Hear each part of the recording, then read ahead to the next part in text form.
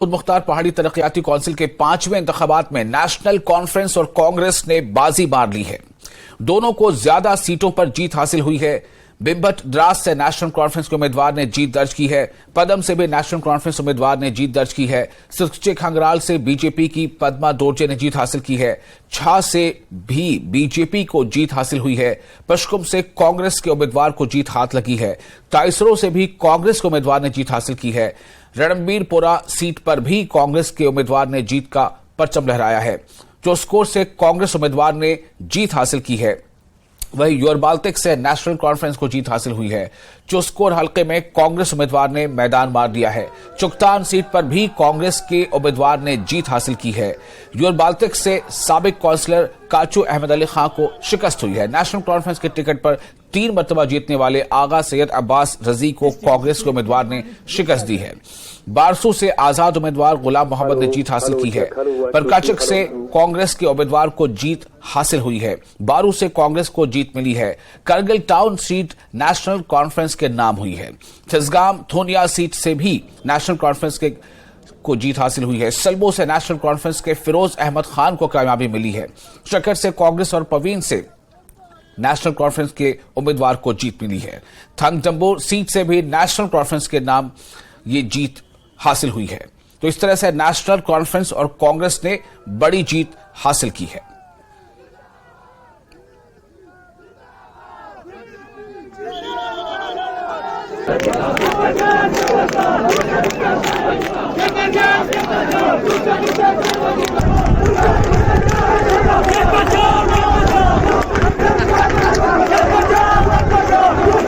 नहीं, देखिए, डॉक्टर का जो पेशा है भी वो भी समाजी खिदमत के लिए है और ये वाला भी समाजी खिदमत के लिए। डॉक्टर का पेशा थोड़ा लिमिटेड होता है, पेशेंट्स के साथ होता है। इसमें तो गरीब अमीर जो भी हमारे कॉन्स्टिट्यूंसी के लोग हैं या करगिल के लोग हैं, उनका मुझे वसी पैमाने पर खिदमत करने का मौका मिलेगा। बहुत बहुत शुक्रिया। टॉप एक आपके पास टक्कर थी, आप इसको किस नजर से देखते हैं? नहीं, टक्कर तो बहुत आपका था, क्योंकि मेरे जो जितने भी कैंडिडेट थे वो बाकी कैंडिडेट हमारे वो सब एक साइड था और मैं अकेला एक साइड था। मगर मेरे जो स्ट्रेटजीज थे, जैसे अब्दुर्रहीम साहब है या मेरे जितने भी लोग हैं यहाँ पे, हुसैन साहब है, बशीर साहब है, मुनीर है, अहमद है, बाकी जितने भी और हमारे संग्राम में या थसगाम के लोग थे या कचखर के जितने भी मेरे वर्कर्स थे या हमरी के ब्राको के थुईना के, तो उन्होंने इस चैलेंज को कबूल करके मुझे जितवा के दिया। मैं इनका बहुत मशहूर। को क्या मैसेज देना चाहेंगे? मेरे वोटरों को मैं ये मैसेज दूंगा कि इंशाल्लाह मैं उनके खिदमतगार बन के ये 5 साल उनकी खिदमत करने की कोशिश करूंगा और उनके ये जीत उनका जीत है, मेरा इसमें इतना रोल नहीं है। मेरे वर्कर्स का, मेरे वोटर्स का जीत है, तो मैं इस जीत पे उनको सबों को मुबारकबाद देता हूँ। मुझे पूरा यकीन था कि मेरे पब्लिक ने मुझे ये 5 सालों में जो मैंने काम किया था उसके हिसाब से मुझे यकीन था। और हंदरमान ब्लॉक से लेके अक्चमल तक के मैं तमाम आवाम का, चाहे जिस पार्टी से भी है, सबका शुक्रिया अदा करता हूँ कि तमाम लोगों ने पीसफुली इलेक्शन ख़त्म किया। उसके लिए मैं उनको मुबारकबाद पेश करता हूँ। किसी भी जगह कोई मतलब अनहोनी बात नहीं हो गया। इसके लिए मैं एज ए सिटिंग काउंसलर सबका शुक्रिया अदा करता हूँ। और इस जीत के लिए ये मेरी जीत नहीं, ये मेरे पूरे आवाम का जीत है, जिसमें गरीब आवाम से लेके, चाहे गरीब हो अमीर हो, सब ने साथ दे के हुंदरमान ब्लॉक से लेके अचमल के तमाम आवाम को शुक्रिया अदा करता हूँ कि उन्होंने मुझ पे और एक बार यकीन करके मुझे वोट दे के कामयाब किया। इसके लिए शुक्रिया। इंशाल्लाह मेरा फोकस कुछ चीज़ों पे अभी है, जैसे हुंदरमान ब्लॉक में लिब्रेगेशन पम्प है और एजुकेशन के बारे में है और मेडिकल जो हेल्थ सेंटर उनके बारे में कुछ न कुछ अभी मुझे काम करना है। जी, पहले तो आपका बहुत बहुत शुक्रिया। और मैं शुक्रिया अदा करना चाहता हूं द्रास के, रणबीरपुरा के कॉन्स्टिट्यूंसी के जितने भी लोग हैं, क्योंकि हमने जब स्टार्ट की थी कैंपेन हमारी 2 महीने पहले, तो हमने बिल्कुल साफ जाहिर किया था ये जो पार्टी है Congress party, national Congress party, वो वाहिद एक पार्टी थी रणबीरपुरा डिस्ट्रिक्ट, रणबीरपुरा अपर कॉन्स्टिट्यूंसी में, जिसमें हर मसलक के लोग, हर बैकग्राउंड के लोग, चाहे वो गरीब है अमीर है, जिस भी मसलक से है, वो सब जुड़े थे इसमें। तो हमने स्टार्टिंग में कहा था अब्दुल समद एक ऐसे नेता है जो हमारे आम आदमी की तरह, हमारे राह चलता हुआ, मेरी तरह, आपकी तरह आम आदमी है, जिसको जो बहुत ही मुझे लगता है रणबीरपुरा के लोगों ने दिखा कर दे दिया कि हमारी पहली बार in the history of Ranbirpura election जब से हमारे शुरू हुए हैं, पहली बार इतने बड़े मार्जिन से हम जीते हैं। तो 575 का मार्जिन है, जो मुझे लगता है अपने आप में एक साइन है, एक विक्ट्री है और एक साइन है लोगों की तरफ से, एक ये पैगाम है कि वक्त हमारे यहाँ अपर रणबीरपुरा में एटलीस्ट वो बदल चुका है, अब दौर बदल चुका है। लोग कैंडिडेट को देखते हैं, पार्टी को देखते हैं और खुसूसन हमारे लोगों ने एक गरीब आदमी को, एक आम आदमी को सपोर्ट किया। और हिल डेवलपमेंट काउंसिल के इंतखाबात के नतायज सामने आ चुके हैं। इंतखाबात में नेशनल कॉन्फ्रेंस ऑफ कांग्रेस ने करगिल में अच्छी कारकर्दगी का मुजाहरा किया है। दोनों जमातों के रहनुमाओं ने हिमायत करने पर करगिल के वोटरों का शुक्रिया अदा किया। जम्मू कश्मीर नेशनल कॉन्फ्रेंस के जम्मू सूबाई सदर और जम्मू कश्मीर प्रदेश कांग्रेस के चीफ तर्जुमान रविंद्र शर्मा ने इसे इंडिया ब्लॉक के तहत अपोजिशन महाज की जीत करार दिया है। उनका कहना है कि करगिल में जीत से अपोजिशन पार्टियों के कारकुनों के हौसले मजीद बुलंद होंगे। उन्होंने बीजेपी को निशाना बनाते हुए कहा कि करगिल इंतखाबात ने यह साबित कर दिया है कि बीजेपी मुस्तकबिल में जम्मू कश्मीर में कोई इलेक्शन नहीं जीतने वाली। इसका मेन क्रेडिट जो है वो हम देते हैं लोगों को। वहां के लोगों ने जिन मुसीबतों का सामना किया वो आपके सामने है। आज ये जो सरकार जो चल रही है, लोगों में परेशानी है, अनएम्प्लॉयमेंट है, ये दूसरा है। इन तमाम बातों को सामने रखते हुए आज हर जगह पे पूरे हिंदुस्तान के अंदर लोगों ने एक मन बना लिया है कि हमने इस सरकार से कैसे छुटकारा पाना है और शुरुआत बहुत अच्छी हुई है। मैं समझता हूँ ये एक हमारे लिए एक बहुत संगे बुनियाद है कि हम इस बात को आगे लेके चले कि ये जो हमारा एक अलायंस बना है इंडिया, वो शुरुआत बहुत अच्छी हुई है। तो हमारा जो 10 तारीख को जनाब डॉक्टर फारूक अब्दुल्ला साहब की सरपरस्ती में यहाँ जो धरना तमाम अपोजिशन पार्टी जो यहाँ की जम्मू कश्मीर की हैं वो एक दिन का धरना दे रही है।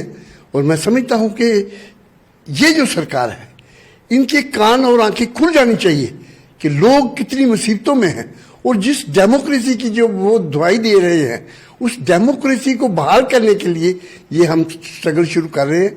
अब हमारी शुरुआत है, ये सिंबॉलिक हमारी लीडरशिप जो तमाम पार्टियों की है यहाँ पे एक दिन का धरना दे रहे हैं हम यहाँ पे। देखिए, हम डे वन से कह रहे थे कि करगिल में कांग्रेस और नेशनल कॉन्फ्रेंस स्वीप करेगी।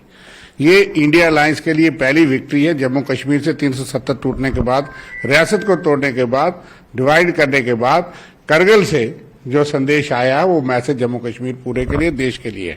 ये इंडिया अलायंस को बधाई है, हमारी लीडरशिप को बधाई है। राहुल गांधी जी खुद लद्दाख और करगिल के दौरे पे पिछले दिनों रहे, बहुत सवाल हुआ। उमर अब्दुल्ला साहब भी वहां गए और जो इंडिया अलायंस की 3 मेजर पार्टी थी, कांग्रेस और नेशनल कांग्रेस, पीडीपी भी इस सहयोग में थी। हम फ्रेंडली भी लड़ रहे थे, लेकिन हमारा गठबंधन भी तय था कि 4 एग्जीक्यूटिव काउंसिलर्स में से 2 नेशनल कांग्रेस के, 2 हमारे और बाकी भी तय हुआ था। लेकिन फ्रेंडली लड़ने के बावजूद भी बीजेपी कहीं नजर नहीं आई। अब वो उन्होंने कई तरीके से वहां प्रयास किया था, लेकिन वहां पे उनका कोई एक आध वो कहेंगे कि फूल खिल गया, लेकिन इतनी बड़ी संख्या में वो कुछ नहीं कर पाए। बीजेपी के लिए ये संदेश है कि आपके जोड़ तोड़ के राजनीति काम नहीं आएगी। लोगों ने करारा जवाब दिया है। इंडिया अलायंस का संदेश साउथ से भी है और नॉर्थ ये सबसे जो संदेश गया है, यही संदेश है। लोग बदलाव चाहते हैं। हम जनता करगिल की को मुबारकबाद देते हैं, इंडिया अलायंस के पूरे टीम को, क्योंकि उसका संदेश जो है गांव-गांव पहुंच गया है। खबरों में आगे बढ़ते हैं। क्राइम ब्रांच ने बटिंडी जम्मू में छापेमारी की। क्राइम ब्रांच ने CSC यानी common service centre global printing and services पर छापा मारा। ये जम्मू के मजाफात में बटिंडी इलाके के विदिता नगर इलाके में वाक़ है। बैंक फ्रॉड से मुतालिक एक पुराने मामले के सिलसिले में छापा मारा गया है। यह इल्जाम है कि इस मरकज में जाली दस्तावेजात तैयार की गई। यह सेंटर नजारत हुसैन साकिना मेंढर पुंछ का है।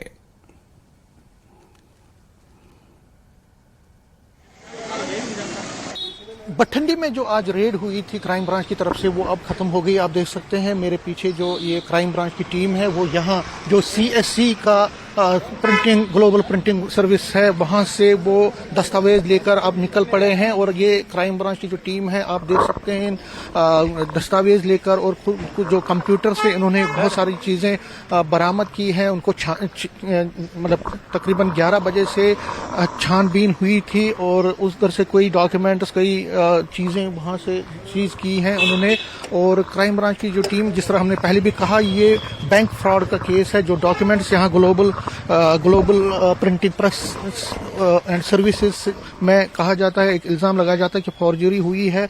वहाँ से डॉक्यूमेंट्स जो है बैंक फ्रॉड के लिए इस्तेमाल किए जाते थे, यहाँ से प्रिपेयर होते थे। उसी सिलसिले में क्राइम ब्रांच की जो ये टीम है, जिस तरह आप देख रहे हैं, अब ये यहाँ से दस्तावेज लेकर सील्ड बॉक्सेस में लेकर निकल रहे हैं।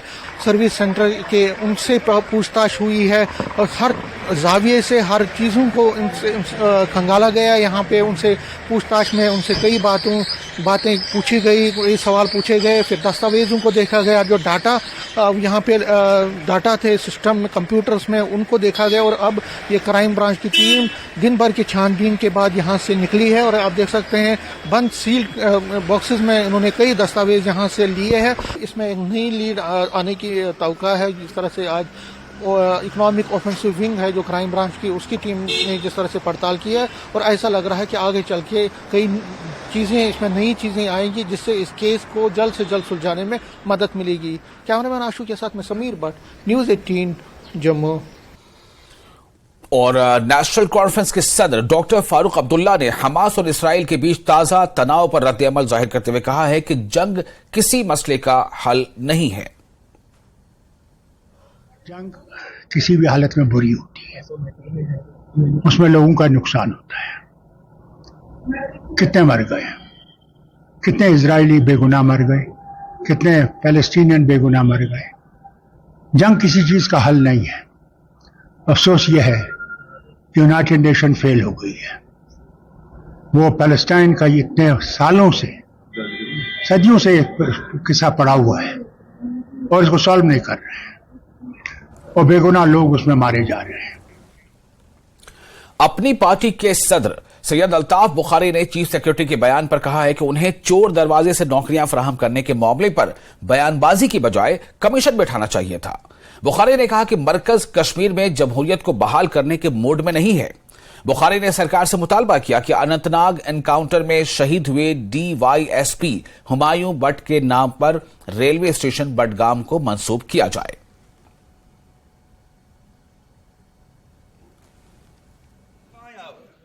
बुखारी साहब, सबसे पहले एक ही बात हम आपसे जानने की कोशिश करेंगे। गुज़िश्ता रोज चीफ सेक्रेटरी ने कुपवाड़ा जिले का दौरा किया। दौरे के दौरान उन्होंने एक अवामी रिले से खिताब करते हुए ये कहा कि पिछली सरकारों में 2.5 लाख मुलाजमीन जो हैं वो चोर दरवाजे से आए हैं। उन्होंने कहा कि हमें शर्म महसूस हो रही है। सबसे पहले अपनी पार्टी का उस चीज पे क्या मौक़िफ़? ये बहुत बदकिस्मती की बात है कि स्टेट का चीफ सेक्रेटरी ये बयान दे दे कि साहब पिछली सरकारों ने 2.5 लाख लोग लगाए हैं। मुझे लगता है आप कामोपेश 3 साल हो गए हैं इनको चीफ सेक्रेटरी, तो इन्होंने क्या किया 3 साल में? इनको तो 3 साल में इसको प्रायोरिटी बना के he should have inquired and taken action. तो मैं तो इसकी नाकामी मानता हूं कि ये चीफ सेक्रेटरी साहब की नाकामी है, अगर ये सच है जो ये कहते हैं। क्योंकि तनख्वाह, ये पहले फाइनेंस सेक्रेटरी थे, ये कैसे रिलीज करते थे फिर तनख्वाह, और मुख्तलिफ ओहदों पे रहे। तो ये सियासी लीडरों के बयान तो ठीक है, लेकिन एक चीफ सेक्रेटरी ऐसा बयान दे दे तो मुझे लगता है कि इस पे फिर गवर्नमेंट को एक कमीशन बनाना चाहिए और ताकि सच सामने आ जाए। LG साहब ने एक और बयान जारी कर दिया गुज़िश्ता दिनों। उन्होंने कहा कि अगर खुफिया सर्वे की जाए तो जम्मू कश्मीर में 80% लोग इलेक्शन नहीं बल्कि यही सरकार चाहते हैं। अपनी पार्टी क्या करेगी?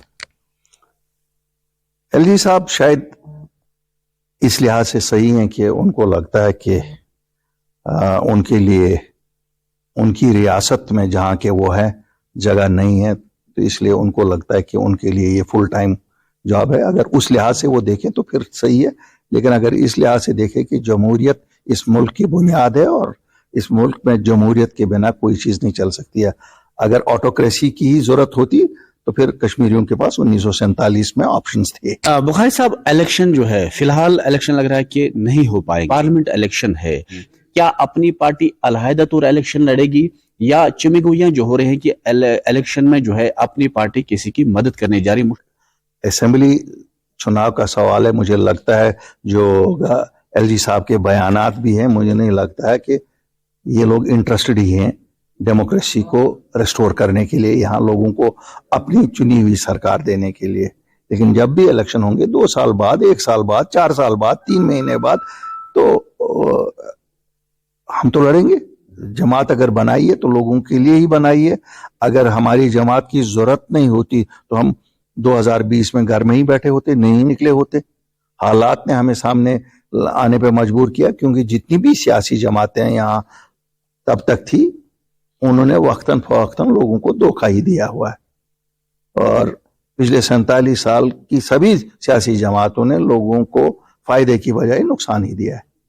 तो आपको क्या लग रहा है, जिस तरह बात हो रही है कि जब अगर इलेक्शन हो पाते हैं तो शायद आप पीपल्स कॉन्फ्रेंस और अपनी पार्टी मुश्तरका तौर पर उम्मीदवार खड़ा करेगी, फिर इलेक्शन में हिस्सा लेगी, इस तरह का कुछ है? ऐसी तो मैंने तो आज तक नहीं ये सुना। और हम अलग अलग दोनों जमातें हैं, और जहां तक पीपल्स कॉन्फ्रेंस का ताल्लुक है वो तो 40-45 साल पुरानी जमात है। हमारी एक नई जमात है, नई सोच के साथ आई है, नए हालात में आई है, और इन हालात में ऐसा नागुज़ीर बनता है कि हम अपने वोटर को मायूस करें। हमारे लिए बहुत इंपॉर्टेंट है कि हम अपने वोटर के लिए खड़े रहें, और ताकि वो ये दिखाए सोच के साथ है। पीपल्स कॉन्फ्रेंस के सीनियर नायब सदर अब्दुल गनी वकील ने इनकी पार्टी को बीजेपी की बी टीम कहने पर अपोजिशन जमातों को निशाना बनाया है। उन्होंने कहा कि इन इल्जामात में कोई सदाकत नहीं है। अब्दुल गनी वकील ने कहा कि नेशनल कॉन्फ्रेंस और पीपल्स डेमोक्रेटिक पार्टी ने ही माजी में बीजेपी के साथ इत्तेहाद किया था। अब्दुल गनी वकील जम्मू में कारकुनों के इजलास में शिरकत के बाद न्यूज 18 से बात कर रहे थे।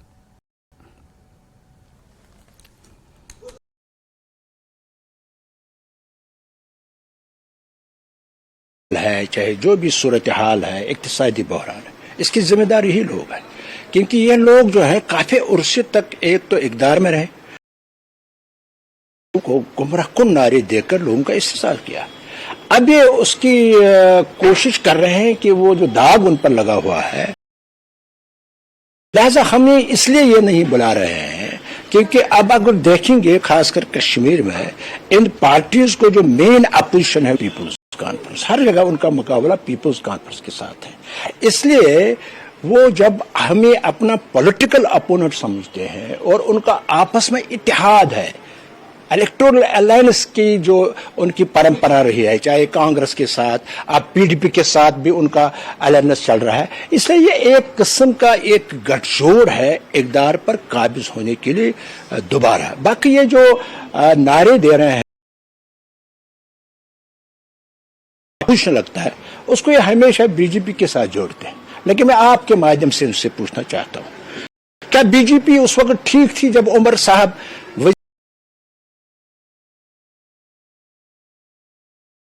बीजेपी ठीक थी जब महबूबा जी और मरहूम मुफ्ती साहब चीफ मिनिस्टर बीजेपी के सपोर्ट से थे? तो पॉलिसी अब लोगों के सामने आ गई है उनकी, कि जिनको ये स्ट्रांग अपोनेंट उन्होंने इख्तियार किया है शेयर बीजेपी। जम्मू कश्मीर में माजी की हुकूमतों की बैकडोर भर्तियों से मुतालिक चीफ सेक्रेटरी के बयान पर नेशनल कॉन्फ्रेंस के चीफ के सरकार के पास तमाम इदारे और एजेंसियां मौजूद हैं, ऐसे में उन्हें दिखाना चाहिए कि किन लोगों ने बैकडोर भर्ती की। तनवीर सादिक ने कहा कि सरकार यहां इलेक्शन कराए तो पता चलेगा कि लोग किसके साथ हैं। उनके पास सारे इदारे हैं, वो बताएं। इसका मतलब है जिस तरह अगर हर कोई बैकडोर अपॉइंटमेंट है,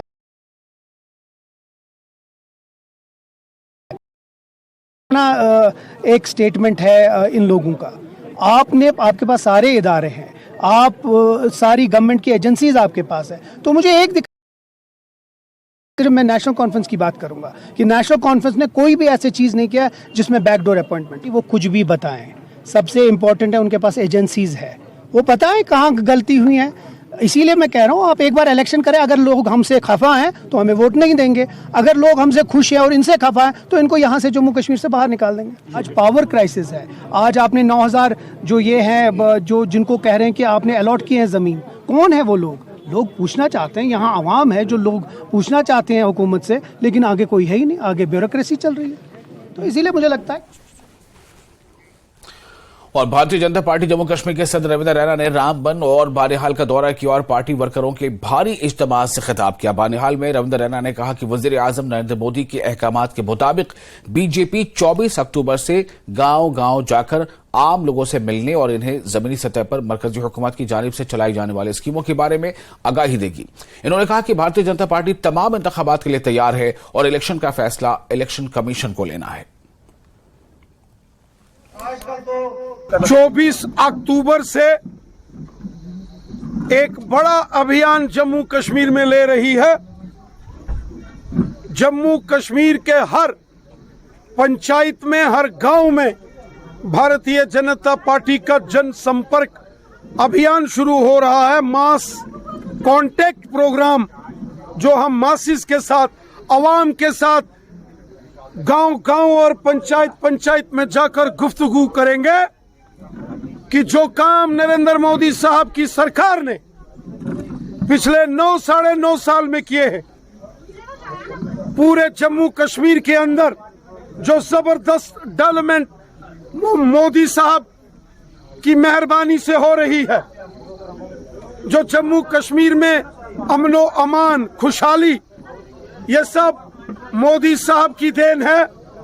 और आज पूरे जम्मू कश्मीर के अंदर एक खुशनुमा माहौल है, ये सब मोदी साहब की देन है। और जम्मू कश्मीर के हर गांव में, हर पंचायत में भारतीय जनता पार्टी के वर्कर्स जाएंगे। मरकजी वजीर महेंद्र नाथ पांडे ने deputy commissioner Pulwama doctor Basharat Qayoom और दीगर कई अफसरान के हमरा Indian international Zafran trade centre Dusu Pampore का दौरा किया। इन्होंने सेंटर के प्रोसेसिंग यूनिट से किसानों को दी जाने वाली मुख्तलिफ पोस्ट हार्वेस्ट सहूलियात का जायजा लिया। इन्होंने प्रोसेसिंग यूनिट में स्टिग्मा सेपरेशन और पैकिंग के अलावा ई ऑक्शन सेंटर का भी जायजा लिया। इन्होंने जाफरान उगाने वाले किसानों से मीटिंग भी की। किसानों ने अपने मसाइल इनके सामने रखे, जिस पर वजीर ने हर मुमकिन मदद का यकीन दिलाया।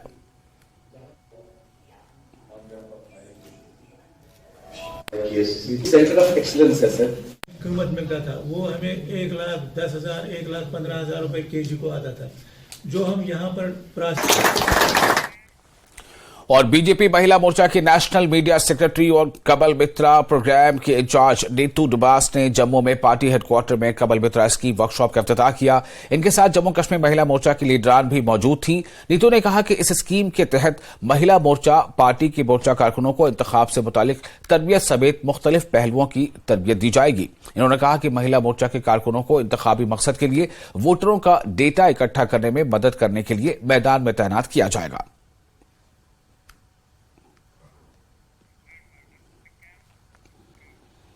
सयाहती मकाम गुलमर्ग में काम कर रहे टूरिस्ट गाइड्स ने गंडोला केबल कार के मैनेजिंग डायरेक्टर राजा याकूब और गवर्नर इंतजामिया से अपील की है कि वो गंडोला के सेकेंड फेज के लिए जारी करदा इस ऑर्डर को वापस लें या इस पर नजरसानी करें, जिसमें कहा गया है कि टूरिस्ट गाइड्स रोजाना की बुनियादों पर टिकट हासिल करके गंडोला के सेकेंड फेज पर सयाहों के साथ जा सकते हैं।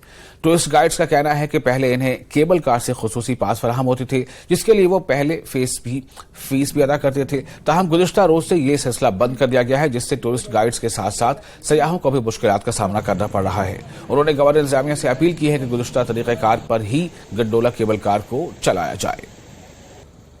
अचानक एक ऑर्डर निकाला, जो ऑर्डर बिल्कुल आलमिया हमारे लिए, पूरे इलाके के लिए एक दुखद खबर है। उस ऑर्डर में ये लिखा है कि किसी भी सर्विस प्रोवाइडर को सेकंड फेज के लिए अलाउ नहीं किया जाएगा, चाहे कोई पास होल्डर हो। जिस तरह वहाँ पे सिलेज वाले काम करते, आप वो ईयरली पास निकालते, या स्की एसोसिएशन के कुछ लड़के वहाँ पे पास करते जो ईयरली पास निकालते हैं, पर मंथ वो 10,000 रुपया गंडोला को पे करता है एक बंदा।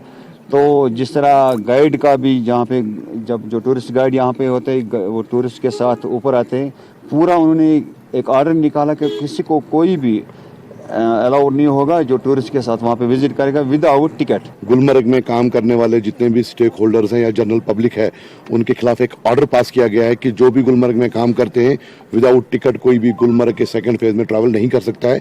उसमें स्कीइंग है, स्लेज है, स्नो बाइक है, या जो भी एसोसिएशन स्टेक होल्डर मजदूर वहाँ पे काम करते हैं, ये ऑर्डर उनके खिलाफ है। अब हम यही रिक्वेस्ट करते हैं जेके एडमिनिस्ट्रेशन से, हायर अथॉरिटी से, कि जैसे 1998 से चलता आया है वैसे ही चलने दीजिए, ताकि हमारे जो एजुकेटेड यूथ है यहाँ पे या जो गरीब आवाम है यहाँ पे वो अपने दो वक्त की रोटी कमा सके। हमारी मैनेजमेंट से गुजारिश ये है कि जैसे पहले चलता था वैसे चलने दो, क्योंकि इससे बहुत सारे लोगों के रोजगार पे असर पड़ेगा। नॉर्मली